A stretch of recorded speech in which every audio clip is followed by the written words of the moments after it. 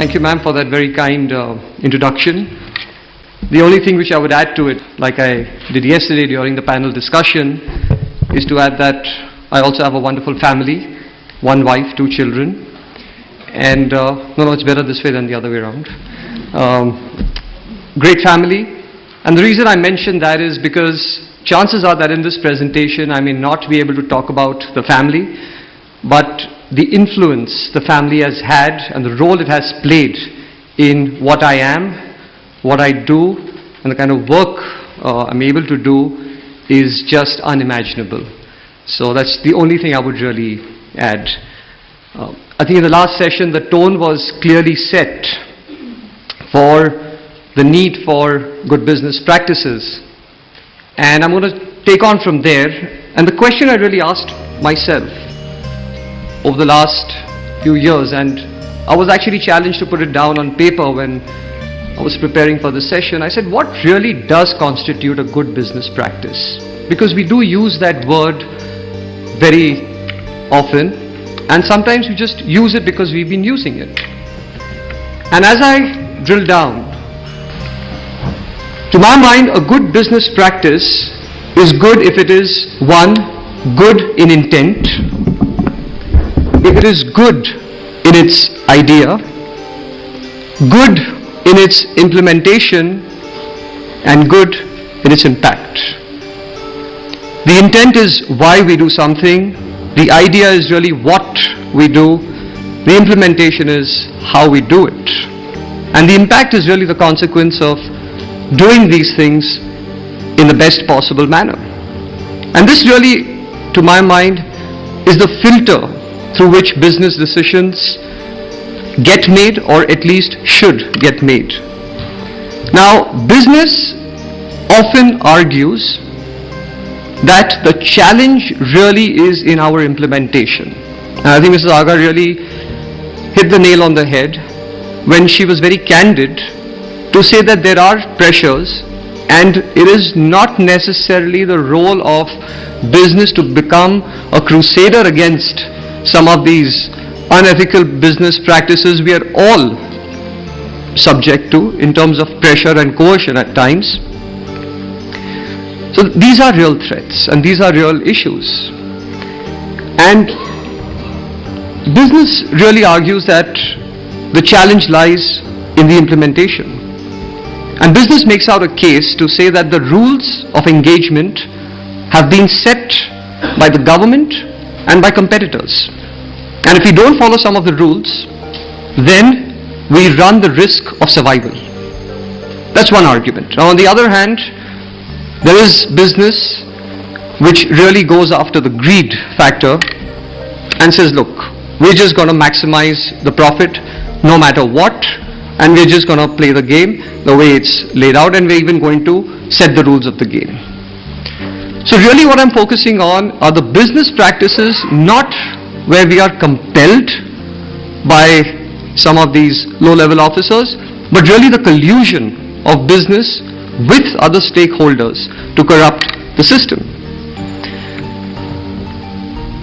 Now, having said that, it is my assertion that a business which compromises to achieve its objectives may make money in the short and medium term, but will not create value that is sustainable and humane. And I think it's important to understand the consequences of unhealthy business practices beyond just saying that if it's not good, then just don't do it.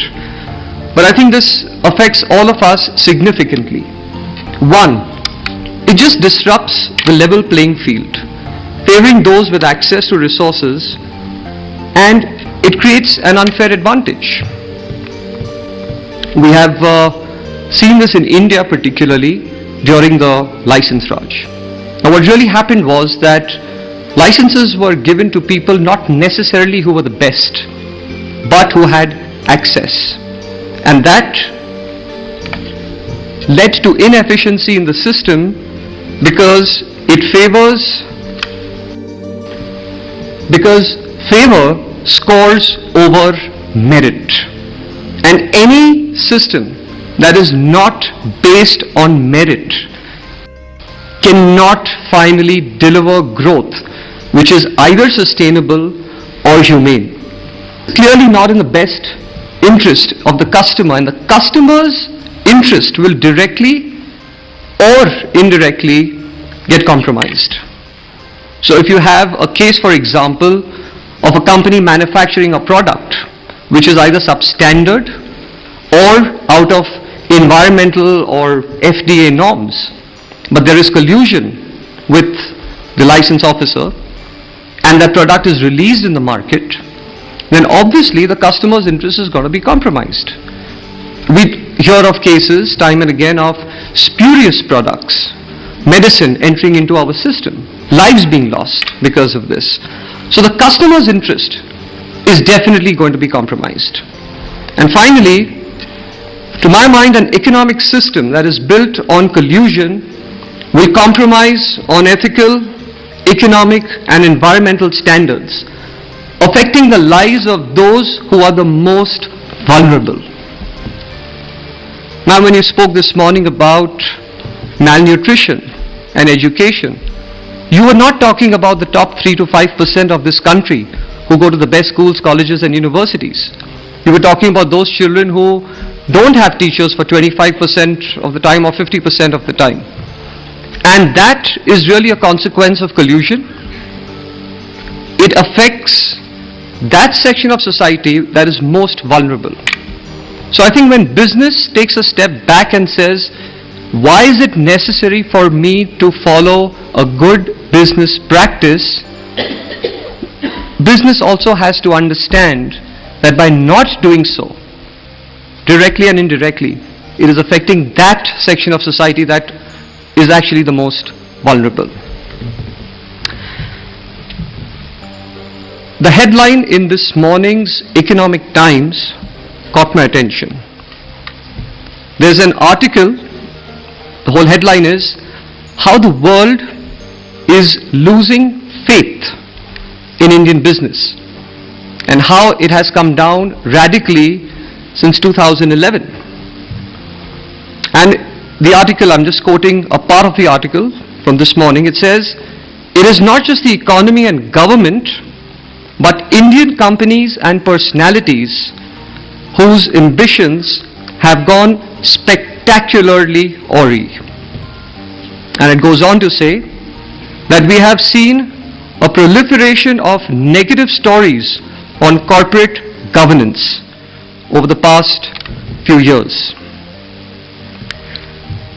The question therefore is, having laid out the case that good business practices are a complete must, what does it take? And one of the biggest challenges is that corporate governance deteriorates in difficult times. We've all experienced it, either personally in our businesses or we've seen it happening in the most challenging times.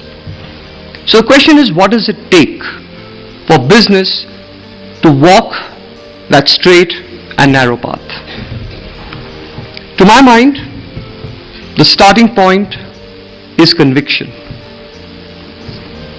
Till the top management and the leadership of a business is not convinced that following good business practices is not only essential but is non-negotiable, I don't think that business will follow good practices.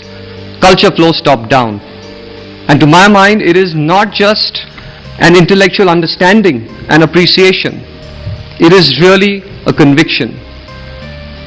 And I think the difference between the conviction and an intellectual understanding is that we can rationalize, argue and debate.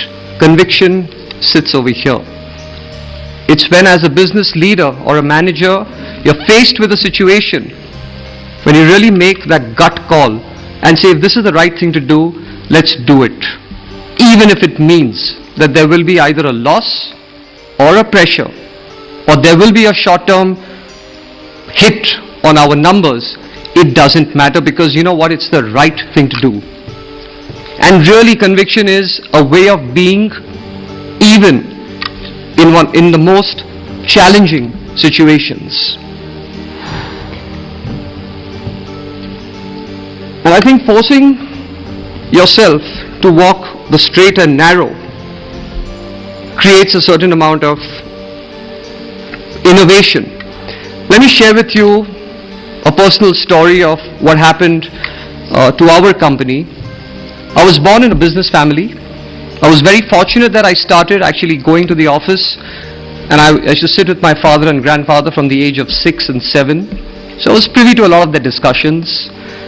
And we had a nice small scale industry which was running very well for almost 42 years. And then suddenly we were faced with a situation that the business was going to shut down. One of the main reasons was that we were competing with the unorganized sector, smaller companies that were manufacturing a similar product but selling it without invoices, cheating on taxes, cheating even on quantities. Now we had two choices. We could either go down that path and play the game better than them, which means we are better at being unethical than our competitors, or we move up the value chain. We chose the second path, which wasn't very easy. So we moved into an industrial range of stapling and nailing. And one of the first few decisions I made was that we would build this company on certain principles, that it would be a principle-centered organization. It's very easy as a 28-year-old to say that, put it on paper. And I remember my father had a discussion with me. He said, I completely get what you're saying, but it's not going to be practical. And I remember saying to him, I said, Dad, if it doesn't work out, it doesn't work out, but I'm going to give it my best shot. In the second year of this new division, I was challenged. We were negotiating an order which was equal to the turnover of our company at that time, and we were still a very, very small company. And we were only one of two companies who could have actually delivered that product. One of the most corrupt purchase departments I've ever come across, private sector, not government. And I remember we walked away from that order. I came back to the office. We were a team of just 6 people at that time. And I said, we're not going to do this. Because if we've said we're not going to collude with the system and corrupt it, then we will not take this order. But then I said, having said that, what does it take for us to still be market leaders? It's not good enough to say that we are good and therefore we lose. We have to say that we are good and therefore we win. So what does it take? We asked ourselves that question. We then went out to build a much wider product range, one of the best after-sales service systems in the country, built out sales team, a whole dealership network, and various other things. And the business since then has grown almost 20 times in the past 10 years. Now I'm saying this not to impress anyone or demonstrate anything in terms of growth, but one of the biggest learnings for me through that experience was that when you are forced to walk the straight and narrow, it unleashes creativity. The second learning was that to create value, it is necessary to be ethical and competitive.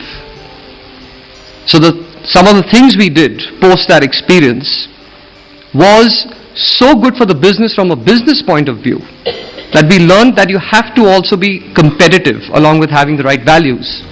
Just being good is not good enough.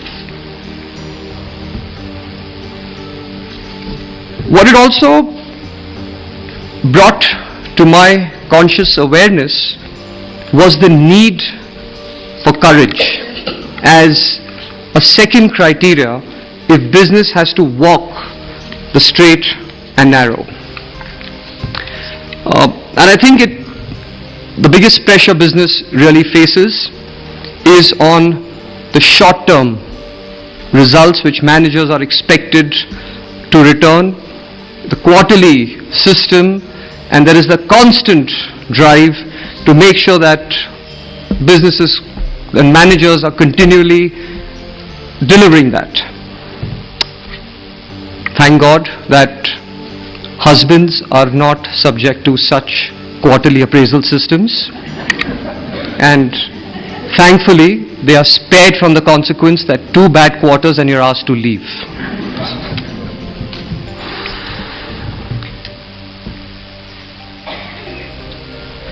You know, people say that it takes courage to be ethical. I think being ethical makes you courageous. Let me share with you a very interesting situation we found ourselves in last year. We had an income tax scrutiny going on, and my accountant, senior accountant, comes to me looking very worried, and I said to him, Tripathi ji, what's the problem? He said, you know, we have this income tax scrutiny going on. We have given them a copy of our stock statement. There is a new software which we've been doing some trials and tests on. By mistake, we took out a printout from that software where the numbers are just random figures have been input for testing, and that's gone on record.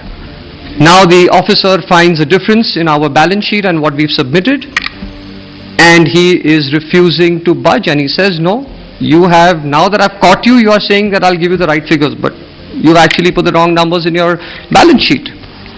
I said, so go talk to him, take the chartered accountant, explain to him.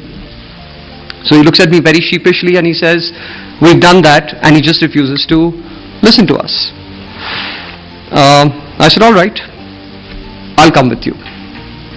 So I took a letter stating the facts that yes, we have made an error in giving you the wrong statement, and this is the condition and these are the facts because of which the wrong statement was given to you.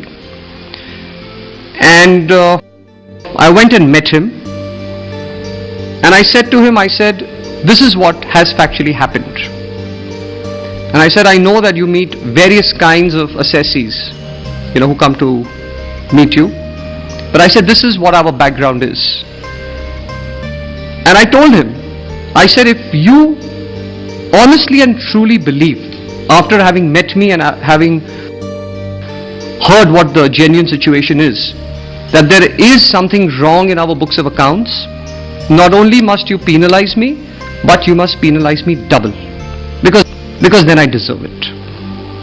But if after having met me you are convinced that this is a bona fide genuine error, and I'm putting it in writing, I'm giving you a written submission to that effect, and any human being can make a mistake, my people did make a mistake, then the right thing for you to do would be to take this correct stock statement on record. But if you think that I'm lying, then penalize me double. He looks at me straight in the eye and he said something very interesting. He said, a man who's lying will never have the courage to come and talk to me like this. Your work is done, go away. And that's when I learned that people say that it takes a lot of courage to be ethical. On the contrary, because I knew we had done nothing wrong, it was just a genuine error. Knowing that we were doing the right thing made us courageous, and even in a seemingly difficult situation, we were able to find the right answer without corrupting the system. And I think a lot of good business practices really hinge on this, and really, and I'm going to say this later on, that being ethical has been one of the best business strategies for us.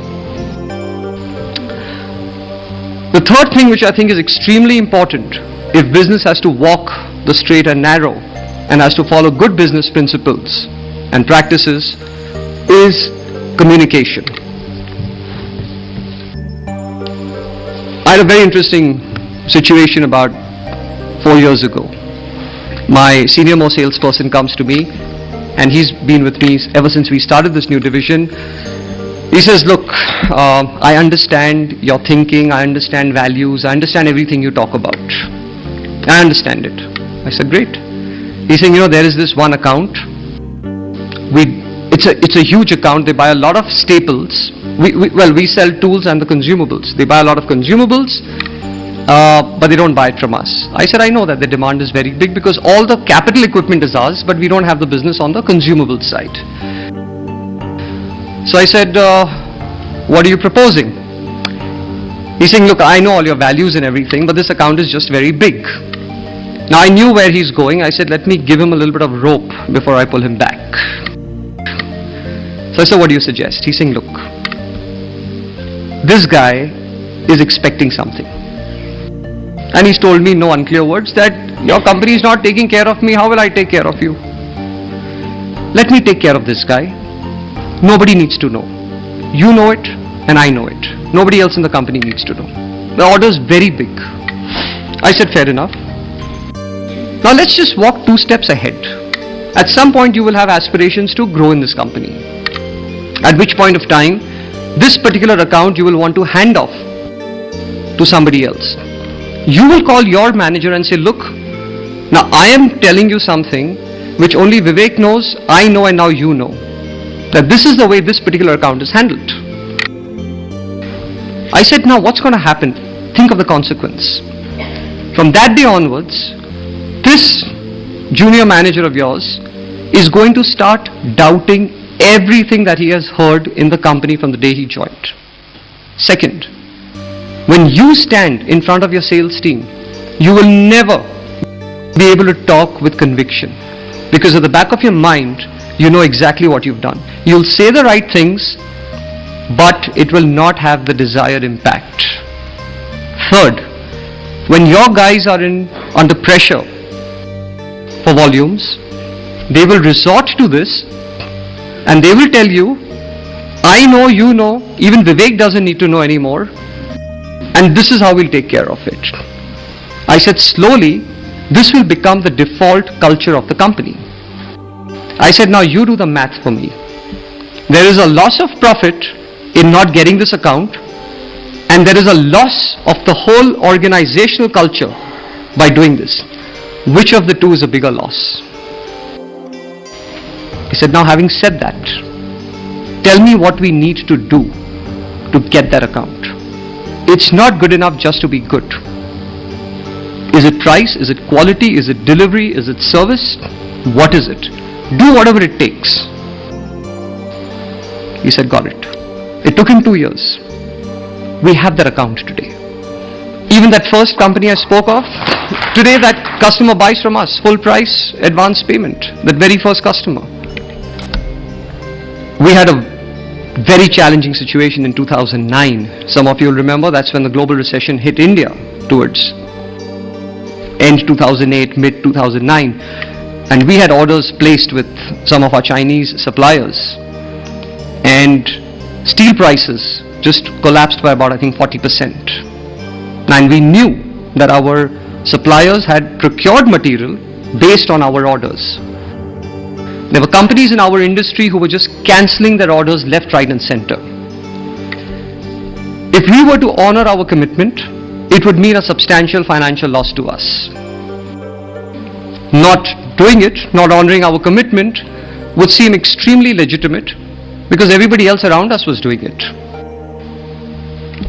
I remember we had a discussion and the call we took was that the right thing for us to do will be to honor those commitments, because our supplier has procured the material based on the purchase orders which we have placed, and there is a trust which has been established.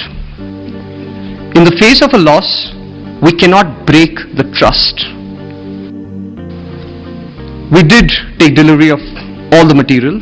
We did suffer a loss during that time. But something very interesting happened. We did communicate this to our suppliers.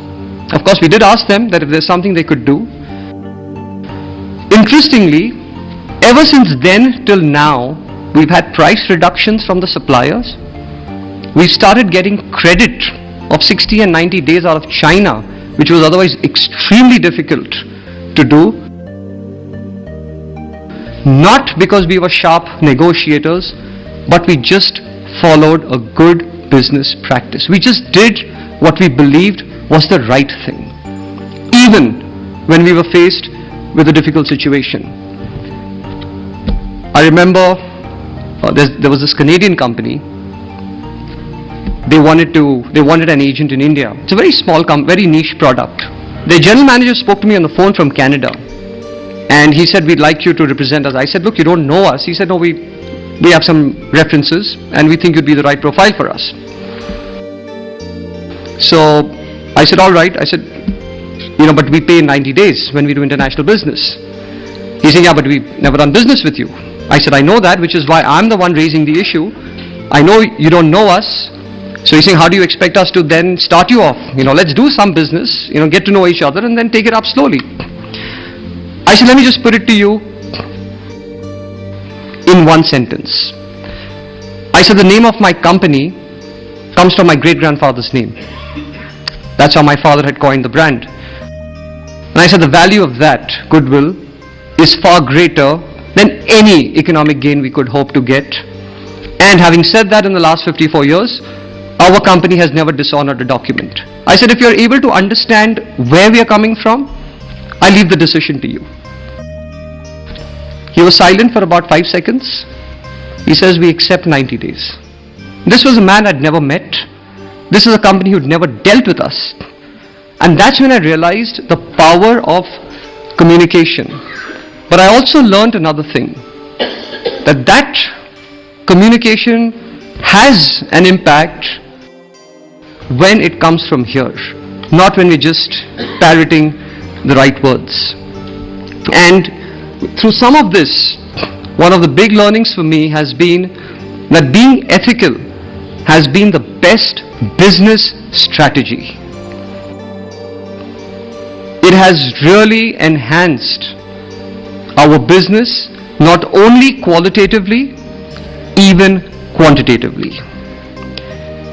And therefore, my experience over the last 29 years has been that when we are rooted and root ourselves in the right intent, in the right ideas, in the right implementation, and wanting to create the right impact, the fruits of our labor will come. Sometimes they may come a little faster than expectation, sometimes they may take a little longer. But I'm more than convinced that when we root ourselves in good business practices, the fruits will come. And I therefore genuinely believe that the fruits depend on the root. And that's one of the things we try and keep watering in our business. The roots. The roots of values at one level, the roots of our products, the roots of how we are working with our various stakeholders. I remember during 2008-9 when there was a bit of a financial upheaval in our numbers, our bankers increased our limits. They were not worried about their money. They did ask several questions to understand the genuineness of our need. We got expanded credit from our bankers, not because I have a personal relationship with the manager or that I have paid him to give us more limits, because they knew that they could trust us. And this is something which I have learned, that how when we water our roots of a business with good business practices, the fruits are really extraordinary. And let me conclude with my favorite quote by Confucius, who says that if there be righteousness in the heart, there is beauty in character. If there is beauty in character, there is harmony at home. If there's harmony at home, there is order in the nation, and if there be order in the nation, there is peace in the world. Thank you very much.